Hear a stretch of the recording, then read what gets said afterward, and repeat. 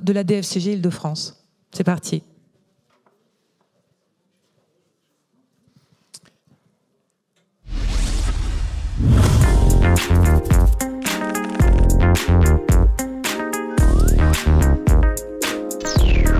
Donc bonsoir à toutes et bonsoir à tous. Alors moi je suis ravie d'être là avec vous cette année. Je l'étais il y a 2 ans et c'est vraiment un plaisir finalement de se retrouver en vrai parce que ça nous a tous un peu manqué.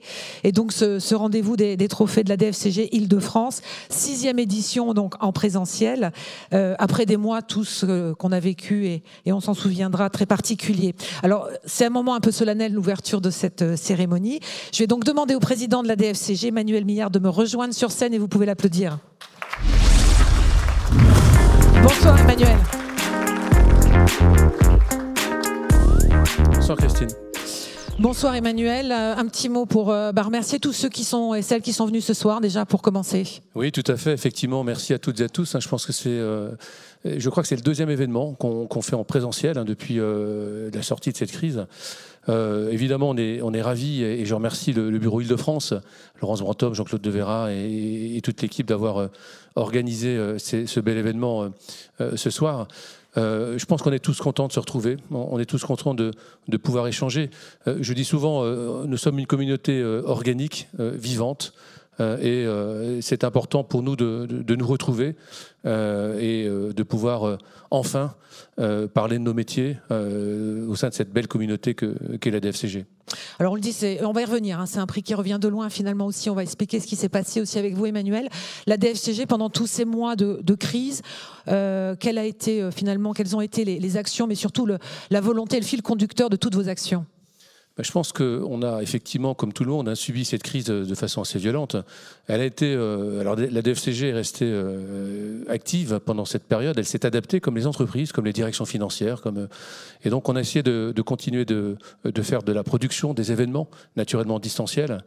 Et donc ça a été aussi pour nous intéressant parce qu'on a su, la DFCG aussi a su à la fois rebondir, développer de nouveaux outils, de nouvelles thématiques.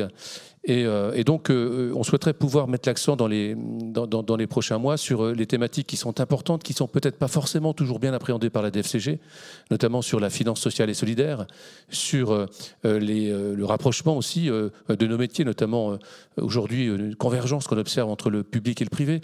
On a beaucoup de projets et on a envie vraiment de revivre et de développer l'ensemble de ces éléments. Ce soir, plusieurs trophées seront remis, Emmanuel. Alors ce soir, il y a 3 prix en réalité, le grand prix, le prix spécial du jury, puis un 3e prix qui sera effectivement une invitation à rejoindre le réseau des dirigeants financiers, parce qu'effectivement on a beaucoup de travail, et on a besoin d'avoir des compétences. Effectivement, les 3 candidats, les dossiers des candidats sont vraiment de très bon niveau, de très haut niveau, et donc pour nous c'est important. Justement, un mot des candidats. Alors tous ne les connaissent peut-être pas forcément, mais vous souhaitiez les remercier, Emmanuel, pour avoir présenté leur candidature. Oui, c'est une démarche qui n'est pas toujours évidente. C'est une démarche personnelle, une espèce d'introspection, de présenter ce qu'on a fait, notre carrière, ses compétences, son projet, de le défendre devant un jury. Un jury d'ailleurs que je salue aussi, que je remercie, parce qu'on a eu un jury effectivement assez diversifié, assez compétent sur pas mal de sujets. Voilà. Et on les voit là. Ils sont tous là. On a respecté d'ailleurs, et c'est important et j'y tiens beaucoup, la mixité finalement, la diversité dans ce jury. Et donc oui, bravo à ces candidats. Encore une fois, le niveau est comme d'habitude toujours très haut. Et ça a été extrêmement compliqué de départager ces candidats sur les 3 prix. Les partenaires aussi pour cette soirée, c'est important. Ils sont là, ils sont fidèles. Partenaires fidèles qu'on retrouve régulièrement sur nos événements. Je pense que c'est important de les citer parce que sans eux, effectivement, on ne pourrait pas pouvoir produire ces prix qui sont importants. Cégide, Euronext, Michael Page, bien évidemment, Pouet et puis PwC, de beaux partenaires pour de belles aventures. Alors, c'est la tradition lors des soirées de remise de trophées aussi à la DFCG. Vous aimez bien apporter un autre regard aussi sur vos métiers avec un invité de marque ce soir qui va venir nous rejoindre. Absolument. Nous avons la chance ce soir d'avoir Michel Lepetit qui nous rejoindra dans quelques minutes pour nous parler de RSA, de RSE, et je pense que c'est important d'avoir votre vision et je pense qu'on va pouvoir vous entendre un petit moment tout à l'heure et on s'en réjouit d'avance. Voilà, merci beaucoup. Alors Emmanuel, on va dire que la cérémonie peut démarrer. Eh bien, écoutez, oui, vous êtes maître des cérémonies. Et absolument, on vous retrouve tout à l'heure pour la remise des trophées et découvrir ce palmarès 2021. Merci beaucoup Emmanuel. Et on va retrouver maintenant, c'est Laurence Brantôme, qui est la présidente du jury de cette édition, directrice des affaires financières chez Euraseo. Bonsoir. Bonsoir Laurence. Bonsoir Christine, bonsoir à tous. Je suis très honorée d'être là ce soir en tant que présidente du jury. Je suis aussi très contente, vous l'avez dit, et je pense que vous aussi, qu'on soit tous ensemble, qu'on soit présents physiquement après tous ces mois de Zoom qu'on aimerait bien oublier un peu. Et je voudrais remercier la DFCG et le Bureau Île-de-France d'avoir organisé cette cérémonie en présentiel. Alors, vous présidez le jury 2021, ils sont là. J'aimerais que ce soit vous qui les présentiez, qu'on sache avec qui vous avez collaboré pendant toutes ces semaines. Alors, c'est un grand plaisir pour moi de vous présenter ce magnifique jury. À tout seigneur, tout honneur, je vais commencer par les membres du jury qui étaient issus de nos partenaires. Donc, Michael Deller, directeur finance et comptabilité de Michael Page, et qui nous a gentiment hébergés pour les auditions dans un magnifique espace chez Michael Page. Léonard Meyer d'Euronext, Chloé Léglantier de PricewaterhouseCoopers, Norbert Jamet de Cégide, Guillaume Morelli d'Euronext, et puis Laurent Morel et Pascal Corcos de Price de PwC. Et puis au-delà des partenaires, d'autres membres imminents du jury, Cécile Arson, directeur financier de la branche Gaz, Renewables and Power de Total, Nicolas Barissa-Méran, Bénédicte Graal, Delphine Lablé, Thomas Piéchaud et comme Lefebvre et Marie-Odile Lavenant. Donc voilà ce beau jury qui s'est d'abord réuni pour voir comment on allait organiser cette cérémonie, qui a beaucoup réfléchi aux candidatures potentielles.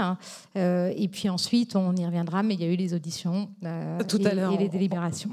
Alors justement, votre rôle de présidente de jury, comment vous l'avez imaginé? Comment ont été définis les critères? Quels étaient les points qui étaient importants pour vous comme pour les autres membres du jury? Alors, je crois que la première chose, mon rôle en tant que présidente, c'était de m'assurer que les projets retenus correspondaient au règlement. Il y a un règlement pour ces trophées.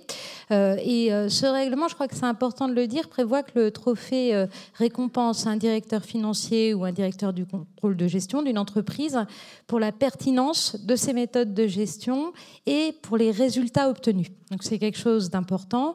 Ça récompense des initiatives dynamiques et innovantes, des concepts, et on verra, je pense que vous aurez l'occasion d'apprécier lorsque vous rencontrerez les candidats qui nous rejoindront, le caractère innovant des projets qu'ils nous ont présentés.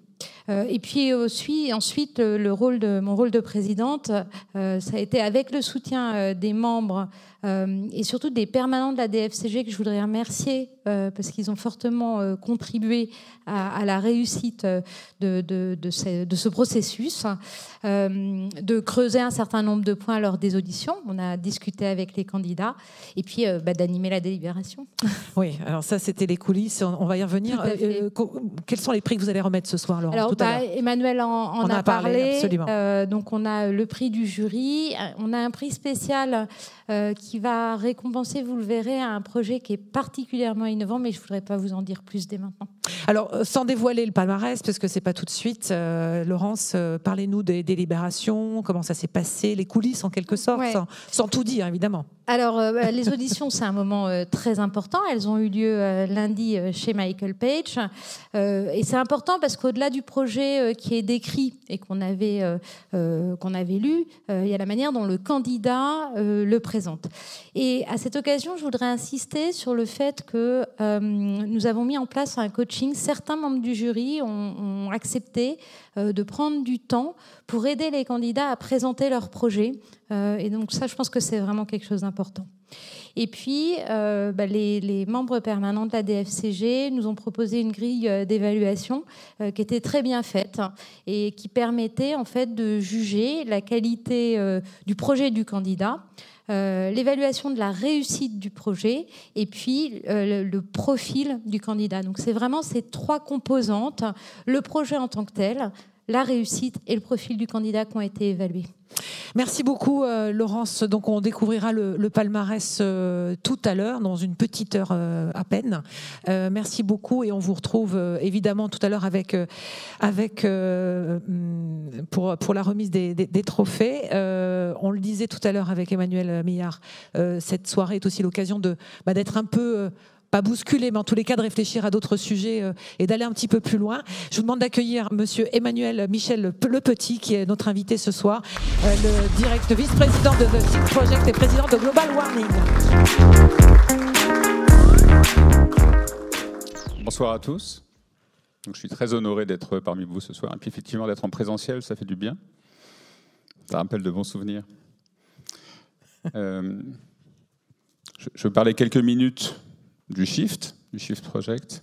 Je vous parle un petit peu de moi-même, parce que je suis financier comme vous. Et puis je vous parlerai un petit peu de la situation telle qu'on l'aperçoit et des débats qu'on a au sein du Shift sur la transition et sur les événements qui se produisent. Sachant qu'on s'inscrit beaucoup actuellement, comme pas mal d'institutions parapubliques, dans le débat qui va naître autour de l'élection présidentielle, qui va être de nouveau un moment où ce sujet de la transition bas carbone va être évoqué. Vous avez dû voir les sondages ces temps-ci. Donc je vais vous parler de financier et d'extra-financier, parce que le problème qu'on peut avoir effectivement dans le monde financier, c'est qu'on peut se sentir loin de tous ces problèmes de climat, d'énergie, voire d'un autre sujet que je n'évoquerai pas trop, qui est la biodiversité, qui paraît très loin, encore plus loin des euros ou des dollars que n'est le climat et le carbone, et qu'on appelle souvent l'extra-financier, et qu'on met en opposition avec le financier, alors même que le secteur financier a sans doute des choses à dire et des choses à faire. On ne peut pas tout escompter du financier, mais quand même, et depuis, je dirais, 2015, le sujet est beaucoup plus prégnant qu'il n'a jamais été, notamment moi qui suis plutôt financier du côté de l'industrie financière. J'ai dialogué avec des gens comme vous dans ma carrière. Je suis vieux maintenant, mais j'ai pas mal dialogué à travers différents établissements où j'étais au poste de direction. Dans cette finance, c'est vrai que depuis 2015, quasiment au même moment que la COP, les choses ont pas mal changé avec le discours du gouverneur de la Banque d'Angleterre, Mark Carney, qui a fait un discours fondateur. Et depuis, les choses évoluent un peu. Le Shift, en deux mots, le Shift Project, c'est une association qui a été créée il y a une dizaine d'années. Moi, je suis sur le sujet à peu près depuis 20 ans, puisque j'ai accompagné Jean-Marc Jancovici depuis le début de sa trajectoire, quand il a créé le bilan carbone, qui était une des premières créations de bilan carbone dans le monde. Il l'a créé avec l'ADEME. Et comme on se connaissait depuis très longtemps avec Jean-Marc, j'ai essayé de l'accompagner et j'ai essayé de faire en sorte que le secteur financier, là où j'étais à ce moment-là, j'étais dans les équipes de direction du groupe des caisses d'épargne, comment faire en sorte qu'un groupe financier puisse se saisir du sujet qui était vraiment balbutiant en 2002-2003. Le Shift, on l'a créé en 2010. Donc j'ai rejoint tout de suite Jean-Marc quand il l'a créé, parce que j'adhérais totalement à ses idées. Ces idées sont très fortes et sont un peu décalées par rapport à ce qu'on peut entendre généralement sur le sujet, parce qu'on est focalisé sur énergie-climat. On dit qu'il y a un sujet climatique énorme. Alors évidemment, c'est en 2021, presque en train de se passer. Le dernier rapport du GIEC, c'est facile. En 2010, ça a été moins. Il y avait encore des discours délirants de certains ministres délirants qui racontaient des choses délirantes, repris par une presse délirante. C'est fini.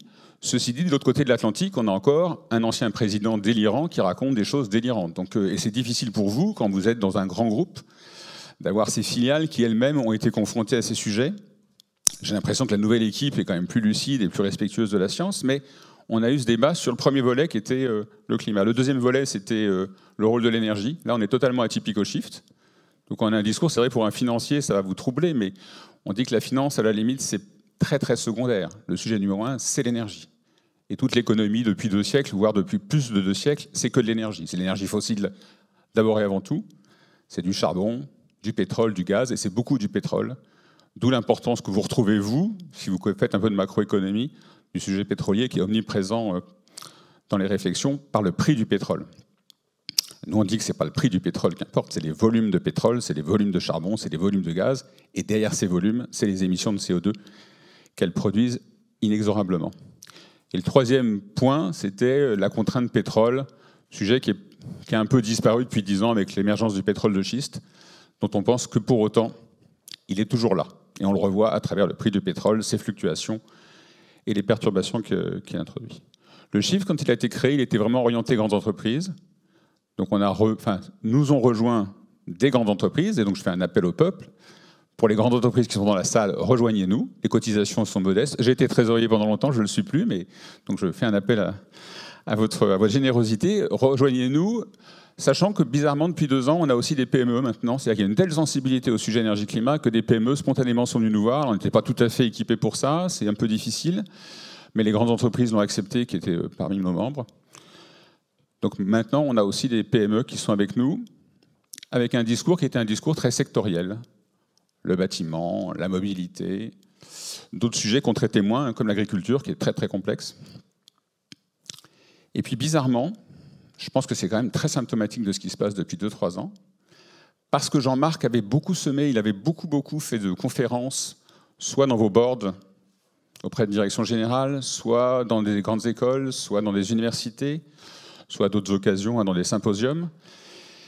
Il s'est créé une sorte de mouvement de bénévoles, alors assez typés, souvent Bac+4, grandes écoles, écoles d'ingénieurs de commerce, qui nous ont rejoints et qui contribuent, pour moi, qui correspond très très bien au désarroi général d'une génération.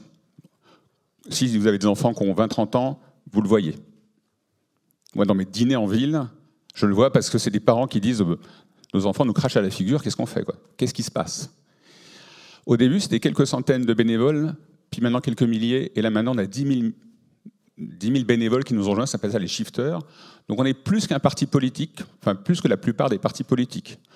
Bien sûr, on ne représente pas la France, encore une fois, c'est un peu spécial, c'est des gens qui ont conscience de l'énormité du sujet, car la transition est un sujet énorme, et l'impact, je ne vais pas vous en parler pour cet été ou pour la canicule de 2019, mais l'impact commence à devenir énorme, et on n'est qu'au tout début, comme vous le savez. Voilà, donc sur le shift, un discours un peu décalé, qui ne parlait pas beaucoup de finance. Donc moi, j'étais un peu malheureux dans ce monde-là, parce que je ne parlais que de ça, je n'ai fait que ma carrière dans la finance, alors plutôt dans la banque ou dans l'assurance, assurance vie. Je suis ingénieur de formation, j'ai créé une banque dans ma carrière, j'ai créé récemment une agence de notation financière, donc je suis plutôt dans ce monde-là. Et ce n'est pas la culture du chiffre. Le chiffre, c'était vraiment les kilowatts, les joules, les émissions de CO2, et les conséquences et les effets physiques de tout ça. Mais ça ne fait rien. Il y a quelques idées qui ont passé, et c'est vrai que depuis 2015, le secteur financier lui-même a commencé à embrayer. Dans ma carrière financière, l'avantage qu'on a quand on est dans l'industrie financière, c'est qu'on a une sorte de vision macro générale. Moi, j'ai commencé quand j'étais BNP Paribas, enfin c'était UFB Locabaye à l'époque, on finançait toutes les PME françaises, donc je voyais tous les secteurs, c'est assez fascinant, et c'est même le côté passionnant de la finance.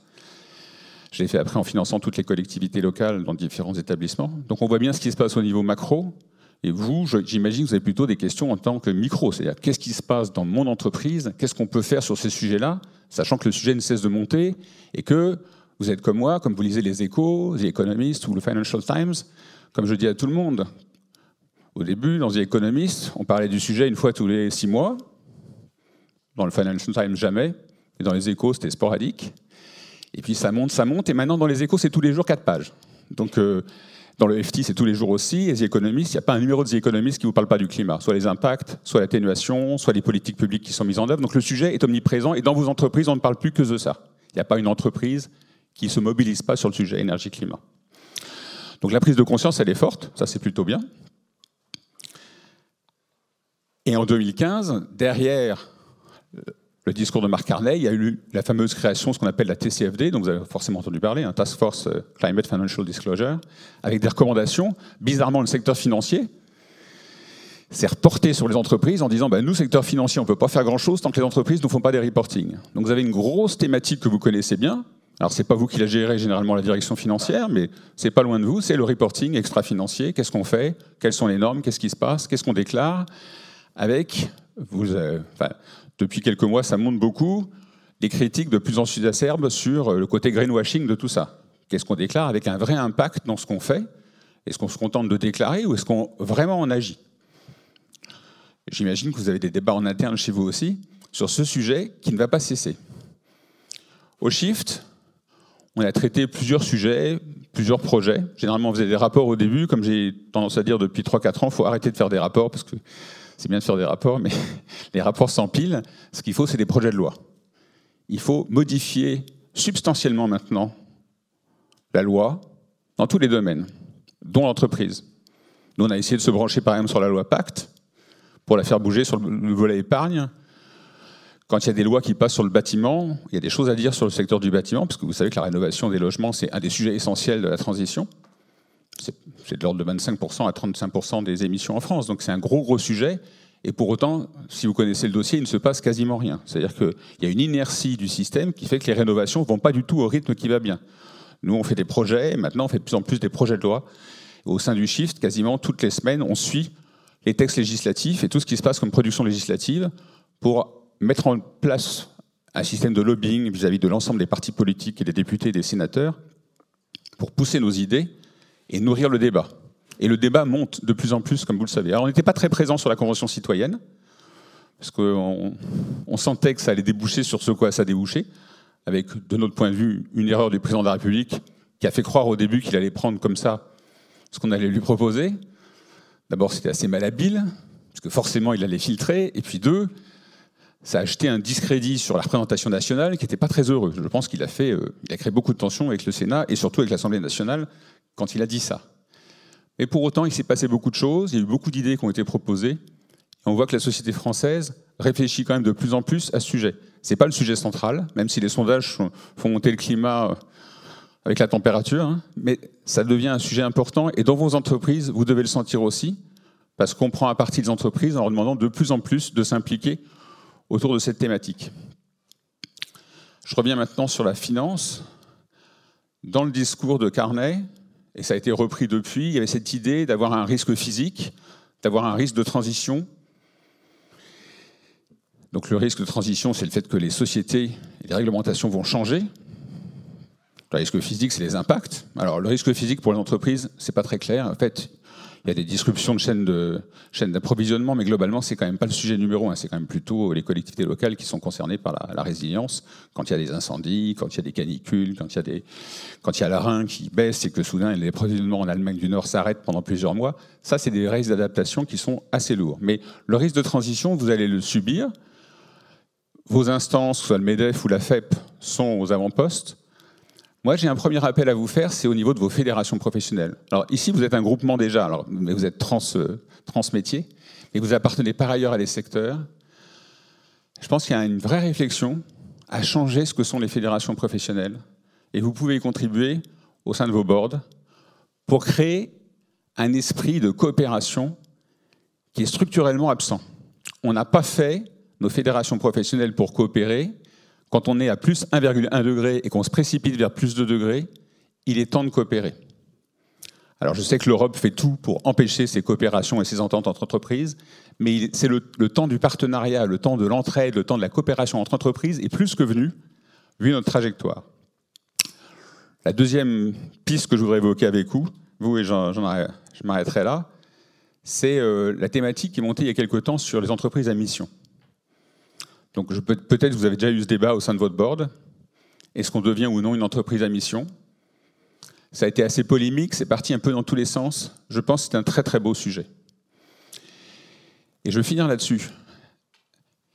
Vous sentez une contrainte tous sur les reportings, sur les risques juridiques que vous portez avec les reportings, sur les attaques par les ONG, parce qu'on a des confrères ONG qui sont très agressives et qui vous attaquent parfois ad hominem sur ces sujets. Alors pour ceux qui sont dans le secteur des hydrocarbures, ça devient vraiment très, très présent. Je pense que cette pression va monter, il y aura du juridisme, il y aura de la judiciarisation. Vous savez que les États sont attaqués, les entreprises sont attaquées, les assemblées générales se passent de plus en plus mal dans pas mal de secteurs. Donc on est qu'au tout début. Ce n'est pas le sujet central pour moi, pour les entreprises. C'est un sujet important.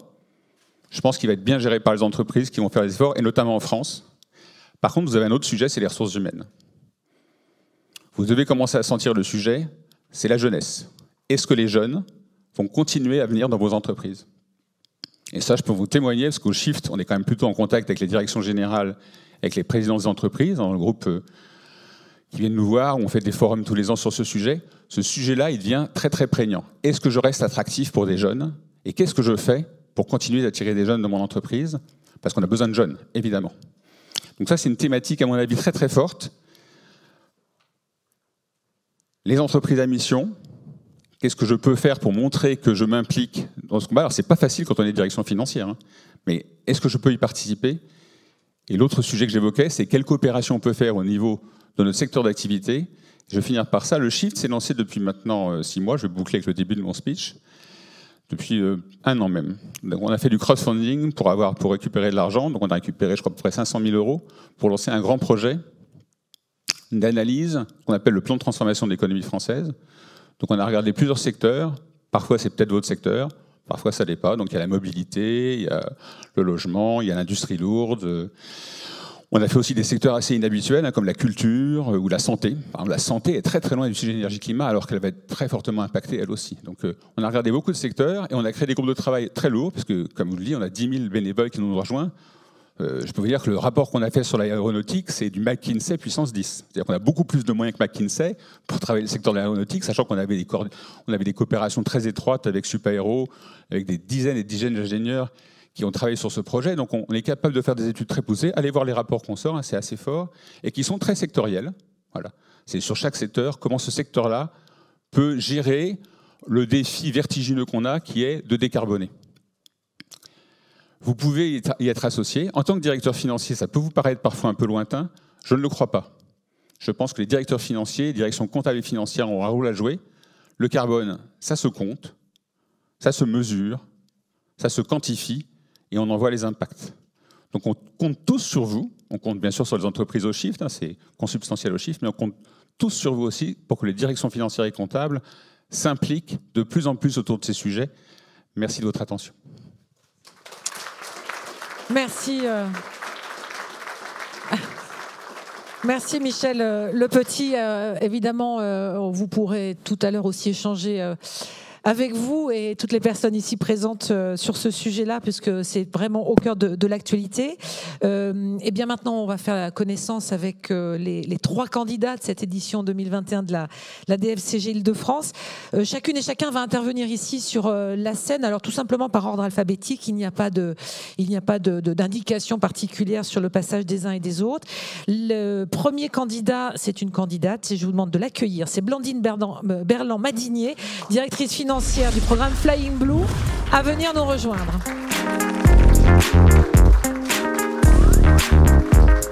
Bonsoir. Bonsoir Blandine, merci beaucoup. Je vous laisse déjà vous présenter le projet, et le projet que vous avez défendu devant les membres du jury, c'était lundi soir.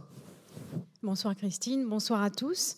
Merci de m'accueillir ce soir. J'ai donc le privilège d'être la première à partager notre audition et la difficulté de succéder donc à cette très belle présentation du projet de Shift qui, quand on travaille dans le secteur aérien, est un défi effectivement.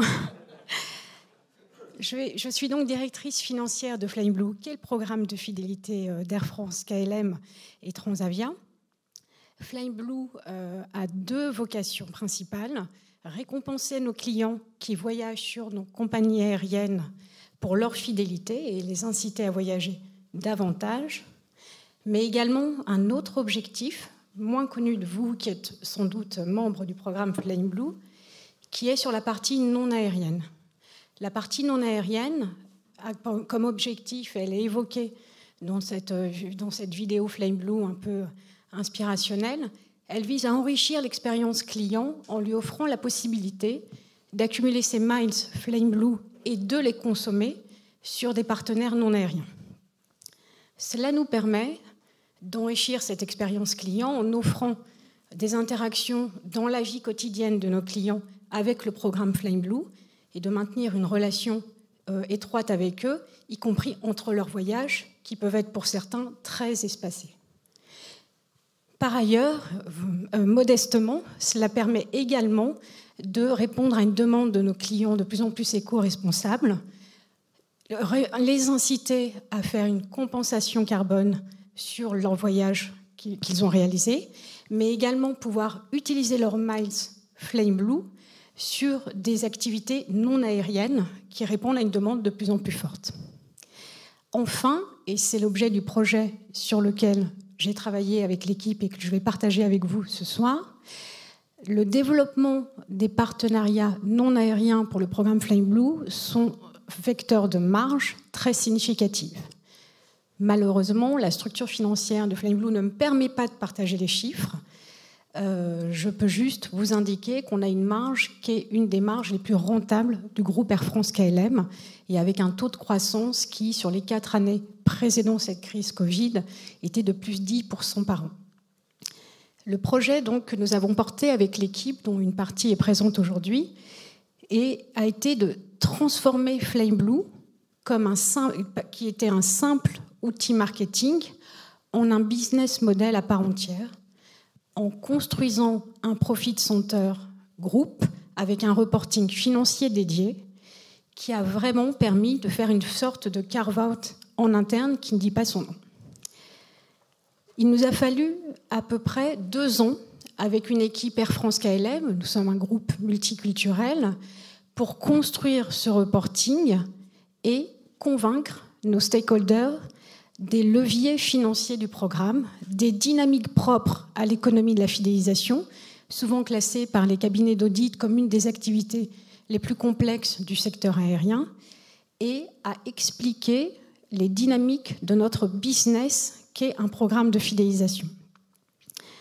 Nous avons donc procédé à un certain nombre de roadshows pour expliquer ce business model qui est fondé sur la valorisation d'actifs intangibles et expliquer ses leviers financiers.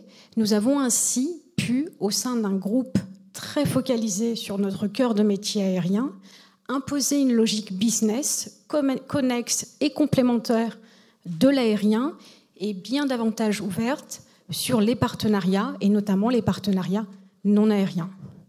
De surcroît, il est parfois visible dans la presse que la gouvernance binationale de notre groupe aérien est riche en difficultés et parfois un frein au développement d'activités conjointes. Développer une activité joint, qu'est le programme Flying Blue, qui est vraiment le programme créé au moment de la fusion et la construction du groupe Air France KLM, a été parfois riche en expérience, en découverte de la gouvernance d'un grand groupe comme le nôtre, et des difficultés de prendre des décisions dans cette direction. Pour autant, et c'est ce qui est intéressant dans le cas de Flying Blue, la dynamique métier et business de notre activité a permis et fini par convaincre nos stakeholders, parfois particulièrement réticents, à laisser cette activité se développer avec une dynamique intégralement joint et propre. On peut dire que ce projet, même s'il a été riche en difficultés et extrêmement formateur pour nous tous dans l'équipe, a été plutôt couronné de succès. Premièrement, nous avons mis en place une relation arm's length entre Flying Blue, nouveau PNL, nouveau Profit Center, et les compagnies aériennes Air France KLM par la mise en place classique de transfer pricing, où nous vendons les miles accumulés sur Air France KLM et où nous achetons les billets primes à leur valeur commerciale. Techniquement, cela a l'avantage de nous mettre en conformité avec les normes IFRS 15 qui régissent notre activité. Et par ailleurs, cela a permis un élément majeur, ça a fluidifié l'accès aux billets primes pour nos clients Flying Blue, puisque alors que seules 11 classes étaient ouvertes à la rédemption, la consommation des miles sur les vols Air France KLM, l'intégralité des classes dorénavant est ouverte à une prise de billets primes. Si un billet est disponible par le canal commercial, il le sera par le canal de Flame Blue, avec bien sûr un prix qui peut être proportionnel à la tension offre-demande sur cette offre.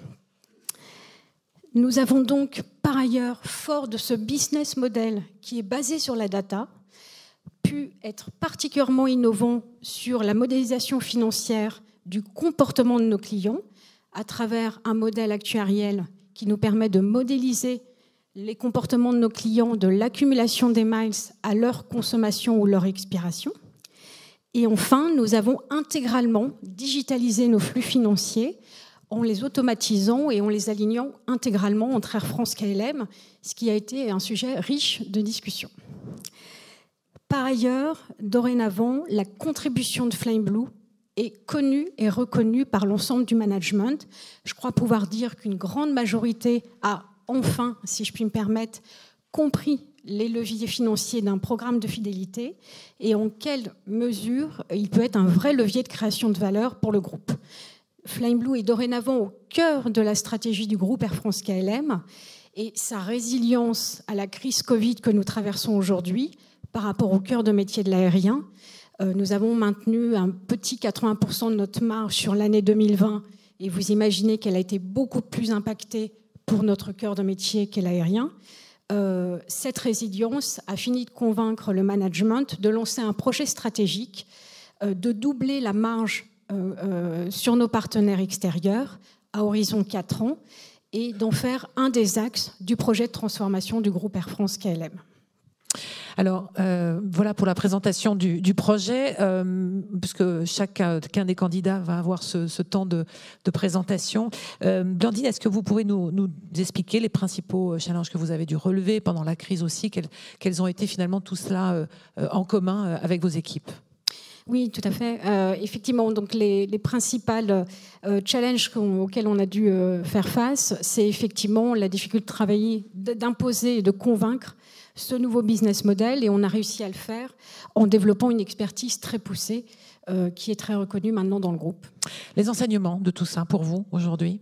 Alors pour moi aujourd'hui, c'est vrai que de travailler en tant que business partner sur un projet de cette ampleur, en étant dans la conception et la construction de bout en bout de ce nouveau reporting et de ce nouveau business model, m'ont vraiment permis de comprendre à quel point la communication, l'explication est importante pour convaincre, et la digitalisation de nos flux financiers et l'usage d'outils très, très innovants nous a vraiment permis de le faire dans les délais impartis.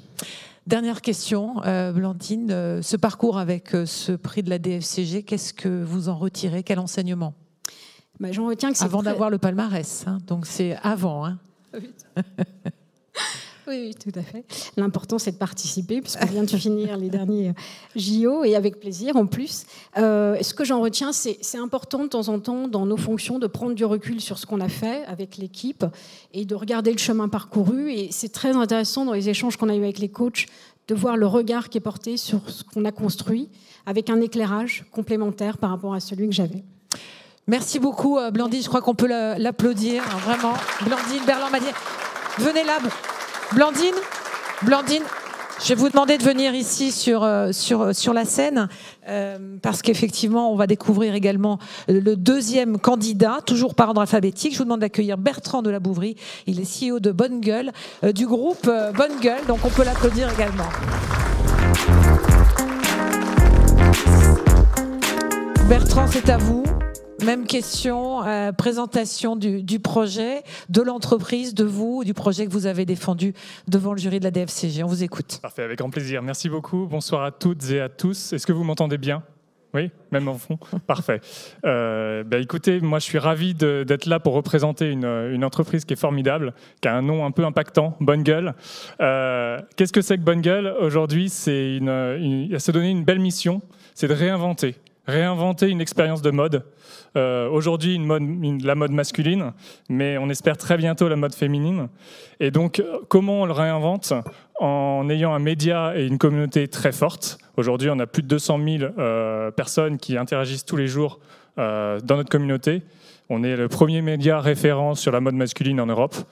Et également une ligne, une collection de vêtements où on va chercher, vous voyez, des matières sur des vieux métiers à tisser. C'est un peu notre ADN d'aller chercher au fin fond des quatre coins du monde des tissus, des matières et d'en faire des vêtements qui sont vraiment hyper sympas à porter.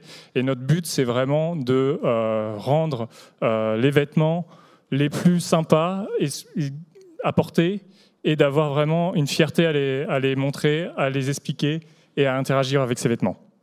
Bien entendu, on a parlé RSE. Nous aussi, on est une industrie très impactée et très dans l'actualité de la RSE.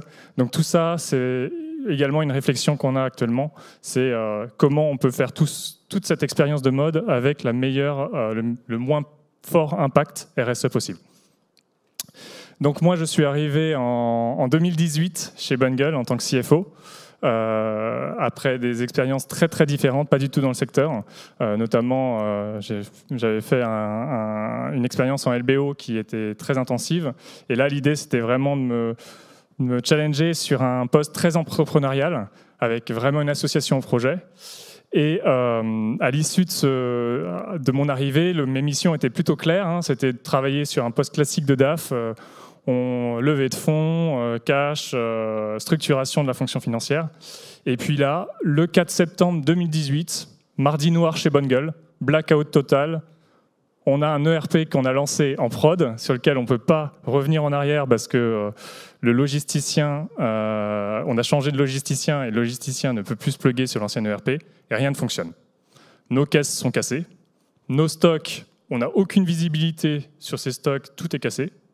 Les clients sont complètement paniqués parce qu'ils ne savent pas où ils en sont au niveau de leurs commandes. Le prestataire est en train de fuir un petit peu ses responsabilités parce qu'il ne sait pas comment remettre les choses en place. Et donc, et bien sûr, on a aussi des équipes sur le terrain qui sont face à leurs clients, notamment en boutique, et qui ne peuvent pas les encaisser, qui ne peuvent pas faire leur job. Donc en fait, on a dû monter une équipe commando. Ça a été ma mission à partir du 6 septembre, donc 2 jours après, de reprendre ce projet. Et je crois que j'étais un peu fou et l'équipe était un peu folle pour la reprendre. Mais de toute façon, nous n'avions pas le choix puisque c'était la vie de l'entreprise qui en dépendait. Et je ne sais pas si c'est bon. Si, on va parler d'équipe commando. C'est très lié au langage militaire parce qu'on a fait ce projet vraiment sous la forme d'une mission quasi militaire. On s'est réunis 3 mois en vase clos qu'on appelait une war room. Et l'idée, ça a été de remonter progressivement l'ERP sur un système qui était en production. Donc, on n'avait pas le choix de faire des tests, de remettre en pré-prod, etc. Et de le rustiner.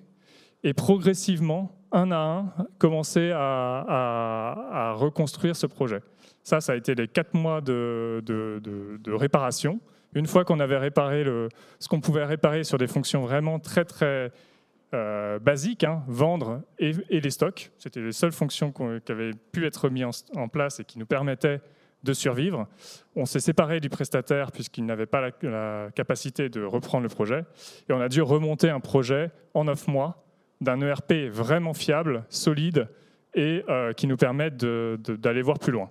Donc c'était la deuxième mission, un petit peu moins intensive que la première, mais tout aussi importante et impactante. Et l'avantage et vraiment l'originalité dans le projet, c'est tout ce qu'on a fait pendant 4 mois en mode commando, rustine, test and learn, très très pas à pas. On a pu vraiment consolider, capitaliser sur cette expérience pour aller très très vite sur cette nouvelle reconstruction et embarquer un prestataire dans ce qu'on appelle notre flow en interne, mais vraiment notre énergie et nos méthodes.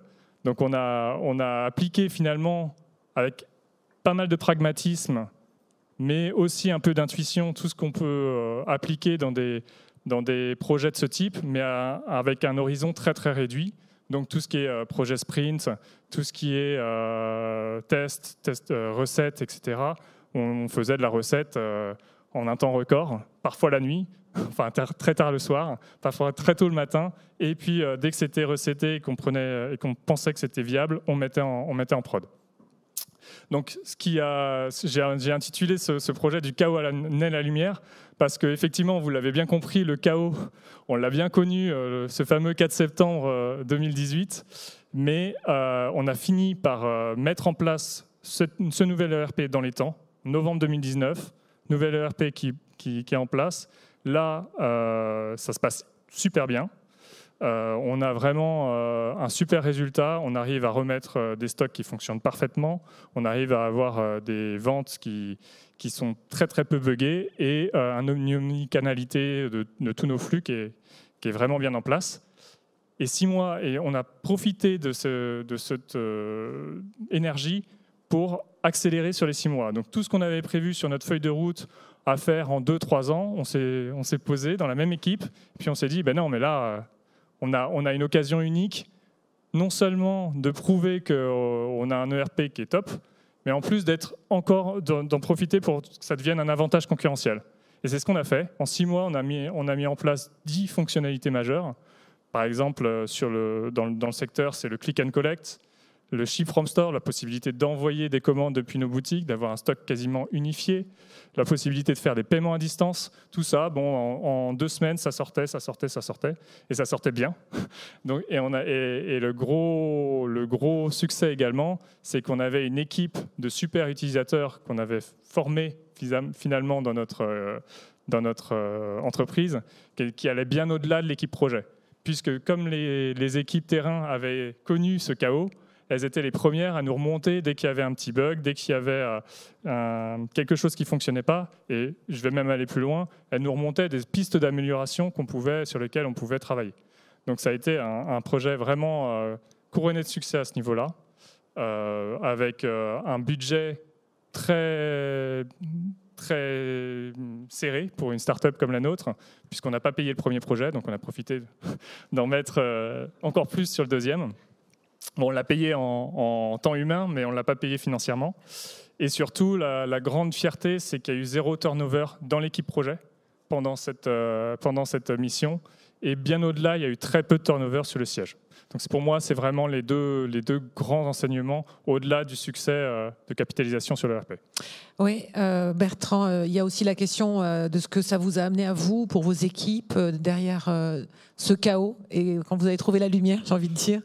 Alors, je vais commencer par mon équipe. Au-delà des personnes se sont révélées, en fait. On se rend compte que dans ce contexte de crise, on était sur une crise opérationnelle, la résilience des équipes et le fait de les engager dans cette mission commando a fait révéler des talents, notamment mon responsable logistique qui est devenu chez nous maintenant vraiment le directeur de projet IT, et j'en ai encore parlé avec lui aujourd'hui, il veut encore prendre plus large. Donc moi, je suis très heureux de pouvoir avoir fait révéler ses talents. Et pour moi, ça m'a donné beaucoup de confiance dans ma capacité à me dire, même dans des situations qui peuvent paraître quand même assez désespérées, on trouve des solutions si on s'y prend bien, de manière rationnelle, de manière cartésienne et surtout avec la bonne équipe. Et enfin, dernière question, comme pour tous les candidats, Bertrand, qu'est-ce qui vous a pris de challenger comme ça devant le jury de la DFCG ? J'ai trouvé ça super intéressant avec un peu de recul, puisque finalement on a maintenant un peu de recul et la crise Covid qui est passée derrière, de me reprendre effectivement du recul, de proposer, de me dire comment je vais présenter à des pairs ce projet qui est innovant dans la manière de le faire. Généralement, en tant que financier, on aime bien maîtriser les risques, maîtriser pas mal ce type de projet à l'avance, en amont, en calant des budgets, en calant des programmes. Là, c'était complètement différent. Donc, je trouvais ça intéressant de pouvoir le présenter, et 2, de pouvoir échanger et obtenir des échanges très, très riches sur qu'est-ce qui aurait pu être fait différemment, qu'est-ce qui fait que ça a été couronné de succès, qu'est-ce qui fait que ça aurait pu ne pas fonctionner non plus. Donc, c'est ça que je trouvais très intéressant dans le projet. Merci beaucoup, et on peut vous applaudir, Bertrand de la Bouvrie.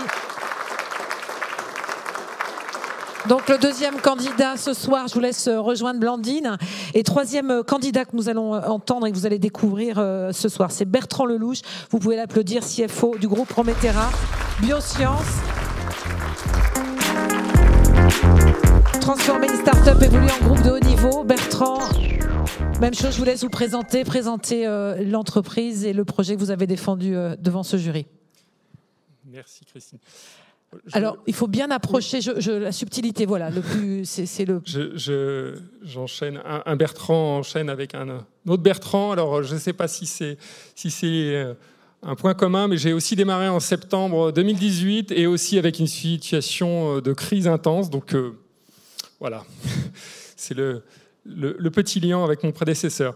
Écoutez, alors, moi, je suis aussi directeur financier et j'œuvre un peu en mode entrepreneur. J'ai une carrière déjà assez riche, mais j'ai toujours accompagné des sociétés innovantes de toute taille.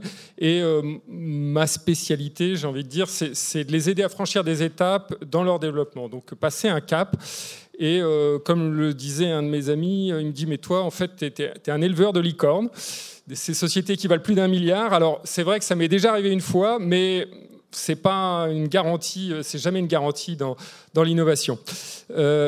Voilà, donc en septembre 2018, j'ai rejoint Prométhera. En fait, c'est une jeune société de biotechnologie qui est spécialisée dans les maladies sévères du foie. Alors, c'est un jeune groupe qui est présent en Europe, aux États-Unis et au Japon. Et l'idée, c'est de développer des solutions thérapeutiques qui vont sauver la vie de centaines de milliers de gens qui sont au bord de la mort, qui sont condamnés et proches d'une mort certaine. Et avec notre solution thérapeutique, on peut espérer les sortir de cette zone rouge. Alors, voilà, c'est simple et compliqué à la fois. Hein. Les sociétés de biotechnologie, c'est souvent un cycle de 15 ans pour arriver à un produit sur le marché. On n'a pas de chiffre d'affaires. Il faut se financer avec des capitaux. Donc c'est une bataille permanente pendant au moins 15 ans pour réussir à franchir des dizaines d'obstacles et arriver à une commercialisation. Donc moi, j'arrive. L'objectif, c'est de poursuivre ce développement et espérer à l'horizon de 5 ans d'être enfin sur le marché. Donc, in fine, mon rôle de CFO, ça va être 3 gros projets. J'ai l'habitude je les ai déjà tous gérés, ce genre de projet, mais là, les 3 en même temps, c'était vraiment une première pour moi, et surtout avec un temps très court, où j'avais 18-24 mois grand maximum. Donc, en fait, pour moi, c'est la bonne image, ça revient à construire un pont, mais il faut avancer en même temps, quoi. Donc, il faut... Voilà, il y a beaucoup d'incertitudes. Mais le premier projet, c'était de transformer Prométhera et amener un fonctionnement financier équivalent à un grand groupe coté. Et quand je dis grand groupe coté, c'est, si on veut devenir une licorne, c'est niveau compartiment A avec des reporting extrêmement high level. Deuxième projet, c'était de trouver des capitaux, puisqu'il faut sans cesse en chercher, donc pour poursuivre le développement de l'entreprise. Et le troisième projet, c'était préparer une IPO, et alors assez innovante, puisque c'est une IPO au Japon sur laquelle on a travaillé pour financer le futur de l'entreprise.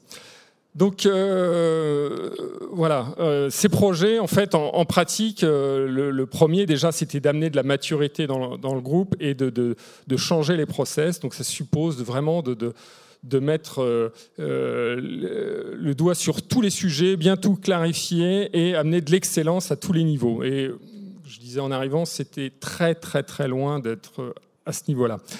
Donc des grandes exigences, enfin comme vous pouvez imaginer, de reporting.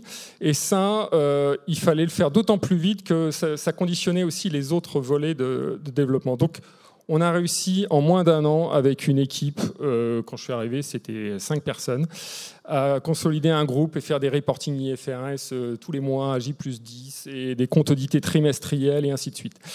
Voilà, donc on a atteint tous ces objectifs et sur l'exercice parallèle de l'IPO, on a eu les validations qu'on était au niveau d'un grand groupe coté. Le deuxième volet, c'est la partie levée de fonds. Donc, comme je disais, toujours besoin de cash. Et d'ailleurs, quand je suis arrivé, il y avait presque plus d'argent dans les caisses. Donc, il fallait vraiment s'accrocher. En gros, il fallait qu'on lève 50 millions d'euros avant de réussir notre IPO. On en a levé 78. Il a fallu convaincre beaucoup d'investisseurs, des investisseurs étrangers, asiatiques en large majorité, et en particulier au Japon. Et ça, toutes ces levées de fonds et puis trouver d'autres financements, ça a permis, de structurer l'entreprise à un niveau de maturité élevé, de valider des essais cliniques en phase 2, donc avant les essais finaux, et de construire un nouveau site de production. Tout ça, évidemment, avec un timing, comme je disais, très serré. Et puis le projet de listing, en fait, quand on voit grand, il faut vraiment se donner les moyens. Et pour nous, la solution, c'était d'aller au Japon, parce que d'abord, notre approche technologique était très bien vue là-bas. Et puis, on pouvait espérer lever vraiment des très grosses sommes et une belle valorisation. Donc on a passé 18 mois non-stop à faire des examens, parce que pour entrer au Tokyo Stock Exchange, c'est aussi compliqué, voire plus, que d'aller aux États-Unis. Et donc on a dû franchir tout un tas d'étapes pour montrer qu'on avait le niveau, qu'on était capable de faire tout ça. Voilà. Et la pandémie est arrivée, et ça a été un gros obstacle, puisque notre IPO était prévu juste au moment où la pandémie a éclaté, donc il a fallu ajourner le projet. Mais on a été la première société européenne à avoir une validation sur le Tokyo Stock Exchange. Alors, même question qu'aux deux autres candidats, Bertrand. Le challenge pour vous, pour vos équipes, qu'est-ce que vous avez aussi retenu à la fois pour vous et pour vos équipes ? En fait, on était face à un très très gros défi.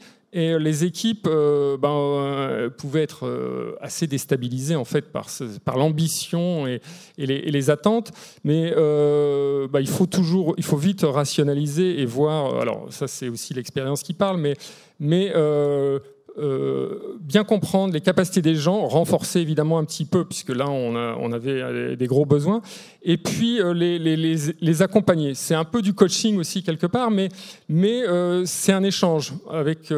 Et je crois que on a réussi vraiment des choses impossibles, mais parce que il a fallu développer un collectif, un travail collectif. Et le collectif, finalement, je fais souvent le parallèle avec le sport, qui est une de mes passions. On est capable de faire des choses extraordinaires, des fois, avec un collectif. Et comme disait aussi mon prédécesseur, les gens se révèlent et il faut les pousser à se révéler. Et justement, pour vous, alors, candidater, être là, et ce soir avec la DFCG, qu'est-ce que ça vous a amené ? En fait, c'est comme on est toujours en train de foncer, c'est l'occasion aussi de prendre un peu de recul, de voir finalement tout le chemin parcouru, tout ce qu'on a pu réaliser. Et là, on se rend compte que c'est intéressant. C'est aussi un exercice, aussi un peu de synthèse, parce qu'on fait tellement de choses que ça permet de réaliser. C'est un exercice aussi de communication. On n'est pas forcément toujours habitué à le faire. Et puis pour moi, c'est l'intérêt, c'est aussi pour l'équipe, pour le collectif. C'est une façon de reconnaître le travail qui a été réussi, accompli.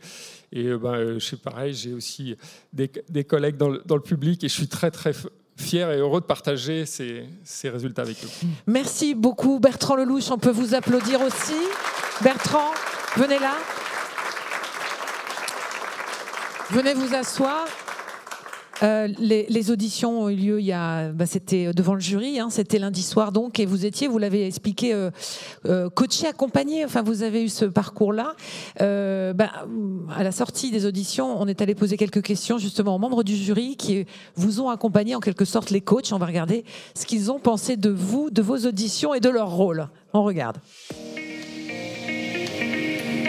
Donné très humblement à chaque fois, mais voilà, il y avait une vraie volonté de chercher le petit détail qui ferait peut-être la différence dans leur exercice de présentation le jour J. Et puis un aspect aussi un peu cocasse avec la première interview où notre candidate a été prise par une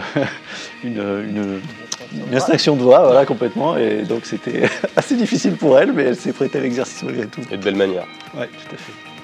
Et effectivement, chacun dans son style, c'est des expériences différentes, dans des environnements différents, avec des personnalités différentes. Et donc voilà, ils s'alimentent d'un échange qu'on peut avoir avec eux. On leur partage notre retour d'expérience et ça leur permet d'affiner leur discours et puis d'avoir fait cette belle prestation aujourd'hui.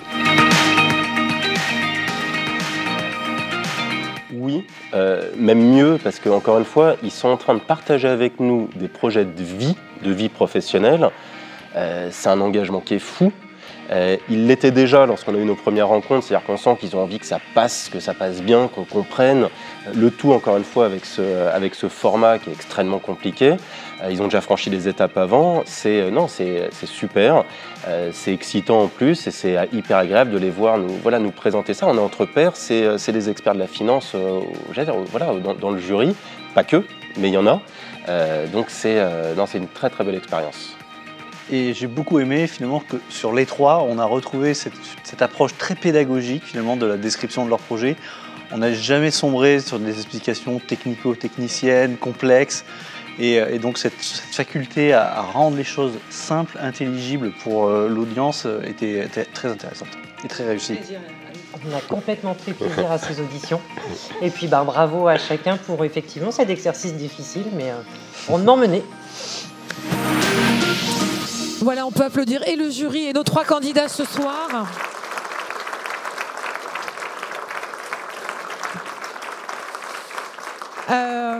Nos trois candidats, et on arrive à 20h au moment du palmarès. Alors je vais demander à Emmanuel Millard et Laurence Branteau, président de la DFCG, présidente du jury, de me rejoindre, mais également à Thomas Piéchaud qui est ici, qui va nous aider à remettre le premier prix, Guillaume Morelli de Ronext.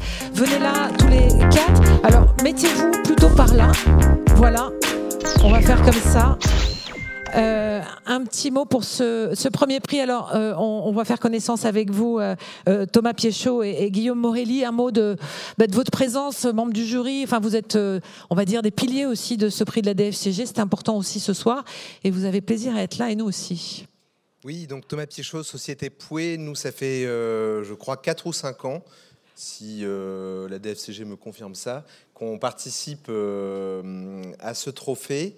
Avec beaucoup de joie, et en fait ça fait vraiment partie de notre ADN, dans le sens où on a l'habitude nous de rencontrer des directeurs financiers. Alors moi-même je suis pas un très grand financier, mais j'ai l'habitude de leur parler tous les jours, et j'aime vraiment être dans cette rencontre avec des directeurs financiers de très haut niveau. Guillaume. Oui, pour nous c'est une première, donc on découvre, mais c'était un vrai plaisir. Pour Ronext, c'était assez naturel de rejoindre la DFCG et d'accompagner ce prix.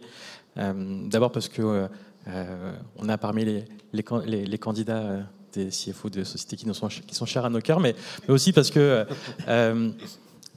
pour nous c'est très important de pouvoir créer un maximum de passerelles entre le monde du côté et le monde du non-côté. Ronext a beaucoup grandi ces dernières années. Aujourd'hui, c'est une société cotée sur 2 en Europe qui est cotée chez nous. Et dont plus de 1200 PME ETI, peut-être que ça on n'en parle pas assez souvent. Et on a créé beaucoup de passerelles, beaucoup de parcours, beaucoup de formations pour permettre aux directeurs financiers qui souhaitent comprendre comment la bourse peut enrichir la boîte à outils à leur disposition pour leur servir. Et donc on est heureux de pouvoir être avec vous ce soir. Alors, on va demander à nos trois candidats, Blandine Berland-Madinier, de venir, Bertrand Delabouvrie, Bertrand Lelouch. Vous nous rejoignez également au centre de la scène, mais je m'adresse à la présidente du jury. Vous venez on vient de les entendre, beaucoup les découvrent ce soir, mais vous les avez connus un peu plus en amont. Lors de ces auditions, c'était lundi soir, sans trahir le secret des délibérations qui sont secrètes normalement. Vous pouvez nous en dévoiler les coulisses. Qu'est-ce que vous avez été chercher dans vos questionnements, dans les délibérations, chez tous ces candidats? Quels ont été vos questionnements? Autrement dit, en résumé, est-ce que ça a été simple? Alors non, ça n'a pas été facile. Vous avez vu la teneur des projets de ces trois candidats. Donc on a eu des délibérations très animées. On a beaucoup discuté. On avait des sensibilités différentes. Mais ça a été fait dans un esprit très convivial d'écoute. Je crois on a beaucoup parlé, mais on s'est aussi beaucoup écouté pour arriver à quelque chose qui nous satisfasse. Il y a eu beaucoup d'écoute, beaucoup de bienveillance. Donc c'était vraiment un moment agréable. Alors je dis que ça n'a pas été facile parce que la qualité des trois dossiers. Tout à fait. Hein, on est d'accord. Emmanuel, 3 trophées ce soir sont donc remis. On le rappelle, ce qui va se passer ce soir. Il y a deux grands prix. 3 vainqueurs. 3 vainqueurs. Moi, ce que je retiens surtout, c'est quand même 3 histoires, 3 parcours et puis 3 aventures complètement différentes. Et c'est toujours compliqué finalement de départager des candidats et à la fois sur ces expériences. Donc vous n'allez pas nous donner le meilleur rôle, hein, Christine. Ben non, mais c'est comme ça, c'est le prix. Alors, on découvre le palmarès. Le premier prix, alors, Laurence. le premier prix, c'est le prix spécial du jury pour un projet particulièrement innovant. Et ce prix est décerné à Blandine Berland-Madinier. Et on l'applaudit. Bravo.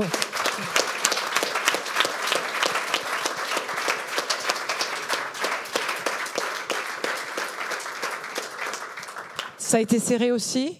Ça a été serré. On a vraiment trouvé le projet très disruptif. En fait, on a été impressionné par cette capacité à amener Flying Blue, qui était un centre de coût, à un centre de profit. On a été très marqué par toute la complexité du modèle et également par le fait que vous ayez contribué quelque part à cette fusion entre Air France et KLM, en tout cas au travers de votre business unit, que vous ayez réussi à faire converger les intérêts de ces deux entreprises. Et je crois qu'on peut encore vous féliciter. Un petit mot, Blandine, quand même, sur ce prix. Qu'est-ce qu'on ressent ? Tout simplement parce que... Forcément, on est content et puis surtout de le partager avec l'équipe présente pour la partie française. Et en tout cas, merci à tous. Merci à vous. Alors, je vais vous demander pour la photo de vous avancer, Blandine, avec Thomas, Guillaume, Laurence, et pour la photo du trophée, de votre trophée, vous avancez au devant de la scène. Avec Emmanuel également. Voilà, resserrez-vous. C'est le côté un peu protocolaire. Devant nous, Blandine, hein. C'est vous la gagnante. Ouais.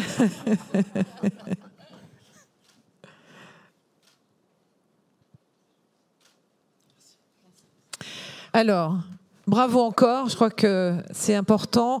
Je vais demander à Emmanuel de me rejoindre et puis surtout de prendre le trophée du Grand Prix, parce qu'avec Laurence, vous allez donc dévoiler le nom maintenant du gagnant, enfin en tous les cas du Grand Prix des FCG Île-de-France 2021, qui est un prix particulier, puisqu'on le rappelle, l'année dernière, eh bien, il n'en a pas eu. Donc, c'est moi qui dis... Avec Laurence. C'est Laurence qui dévoile, c'est vous qui remettez. Donc, le Grand Prix est décerné à Bertrand de la Bouverie, CEO maintenant de Bonne Gueule. Et bravo Bertrand de la Bouverie. Voilà. Bravo Bertrand. Laurence, un mot. Ce qui nous a particulièrement, ce qu'on a beaucoup apprécié, et vous l'aviez plus marqué lors de l'audition lundi dernier que ce soir, c'est comment les caractéristiques, les compétences d'un directeur financier peuvent être mises au service de la gestion de crise, en fait. Et on a trouvé que c'était vraiment important pour nous tous, directeurs financiers, de se dire un directeur financier, c'est pas un technicien. Et vous aviez un slide qui était vraiment super en disant voilà tout ce sur quoi j'ai pu m'appuyer pour réaliser cette gestion de crise. Donc bravo. Bravo à vous. Bertrand, un petit mot peut-être Thomas, vous pouvez... Voilà.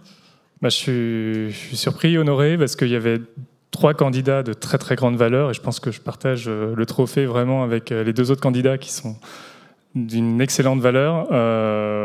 Effectivement, pour revenir un petit peu dessus, effectivement, j'avais pris le terme de capitaine dans la tempête et c'était un vrai bon terme pour dire que le financier, effectivement, a toutes les armes pour traverser la crise. Je suis très honoré, je le partage aussi avec mon équipe et avec mes associés, mon associé qui est là, Benoît, et mon autre associé, Geoffrey. Bravo encore, en tous les cas. Bravo de la part de toute l'équipe. Je vais vous demander pareil de vous avancer. C'est pour marquer avec le président et Thomas également. Venez là pour la photo souvenir. Voilà, faites ça bien, je ne sais pas.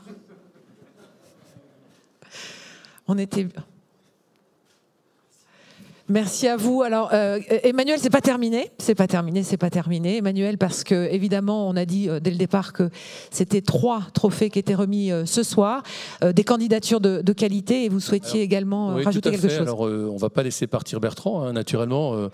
Bertrand, vous avez naturellement retenu toute notre attention sur ce projet, sur votre parcours et sur ce que vous avez pu présenter. On souhaiterait pouvoir vous compter, vous associer au sein de la DFCG, vous compter parmi nos membres. Rapidement, je sais que vous êtes un sportif, j'allais dire, de haut niveau. En tout cas, vous êtes un spécialiste ou un fan de l'ultra-trail.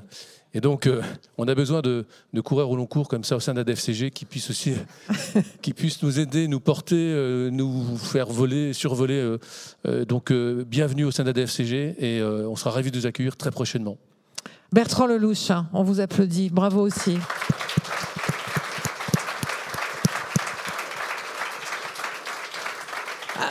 Pour conclure, Madame la présidente du jury, c'est un palmarès quand même qui fait date aujourd'hui. Tout à fait. Enfin, il y a eu des candidats d'exception, donc merci beaucoup. Moi, c'était la première fois que j'étais présidente. J'ai énormément apprécié de découvrir vos projets et vous les avez défendus merveilleusement bien. Bravo à vous tous et bravo aux membres du jury aussi qui se sont investis. Emmanuel, avant de se quitter tous et de partager un moment un peu convivial aussi, les prochains rendez-vous, les prochains grands moments de la DFCG, Île-de-France et autres. C'était pas prévu, je crois. Hein. Non, c'était pas prévu, mais j'imagine que vous les connaissez. Donc je vais demander à mon délégué général. Non, je plaisante. Les prochains événements, on a alors maintenant, je pense qu'on revit, on renaît. On a la semaine prochaine, le 14 septembre, pour nos amis parisiens Île-de-France, les journées de la DFCG, le 14 septembre au golfe de la Boulie, c'est ça hein. Voilà, donc sans réviser. Hein. 14 septembre, hein, donc on vous y attend tous et toutes très nombreux et nombreuses. Nous avons ensuite en octobre, alors nous avons plein d'autres événements entre-temps. Hein. Nous avons les assises des services publics à Bercy le 20 octobre. Céline, yes. 21, voilà. Le 21 octobre, donc à Bercy, hein, avec voilà, ça fait quelques années que ça se passe à Bercy, en présence du ministre, etc. Et nous avons également notre événement annuel, hein, grande messe annuelle, Financium, les 8 et 9 décembre prochains. Alors nous avons cette année, est-ce que je peux dire quelque chose ou pas, ou j'ai pas le droit? Si, je peux quand même dire quelque chose. Ouais. Donc cette année... Cette année, le thème portera sur la finance sociale et responsable et le rôle finalement, l'importance des dirigeants financiers qui ont eu un rôle essentiel et qui ont un rôle essentiel dans cette transformation. Le mot a été repris dans toutes les présentations. Donc les 8 et 9 décembre, nous attendons plusieurs présences ministérielles. Nous attendons également le représentant, je peux le dire, hein, du MEDEF, hein, Geoffroy Roux de Bézieux sera parmi nous. Donc voilà, donc on a pas mal de choses à se dire, à vous raconter. Et puis nous aurons aussi des tables rondes internationales, enfin plein de choses qui, je l'espère, vous intéresseront. Et puis surtout seront à Paris, au salon Hoche, donc c'est pas très loin d'ici. Et voilà, Christine, est-ce que je dois rajouter autre chose? Non, c'est parfait, vous êtes parfait sur l'agenda, donc le Financium au mois de décembre, en tous les cas c'est le grand rendez-vous. Moi je voudrais qu'on applaudisse encore nos 3 candidats ce soir, parce que vraiment, c'était de l'investissement. Sans trahir les coulisses, ça a commencé en visio tout ça et ça se termine aujourd'hui ici sur scène. Moi je vais vous inviter à rejoindre le cocktail, mais avant cela je vais demander aux membres du jury, tous ceux qui sont là, de nous rejoindre parce qu'on va faire une grande photo de famille. Donc si vous voulez bien nous retrouver, pour tous les autres on va se retrouver également pour le cocktail et continuer d'échanger. Je vous souhaite surtout de passer une très très bonne soirée tous ensemble et de se retrouver l'année prochaine pour les prix 2022 si tout va bien. Et voilà pour la soirée, donc les membres du jury sont tous prêts à venir pour la photo et donc vous pouvez en revanche aller au cocktail qui vous attend ce soir ici à Paris. Bonne soirée à tous, à bientôt.